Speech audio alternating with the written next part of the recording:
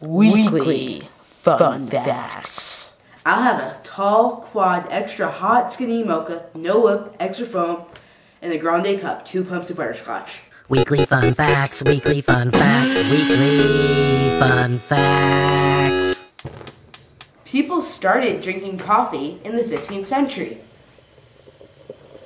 That was a long time ago.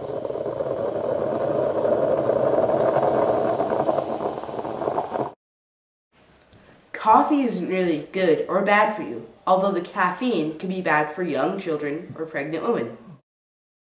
Mocha, Americano, Cafe au lait, Cappuccino, Breve. Challenge question. What animal has the longest tongue?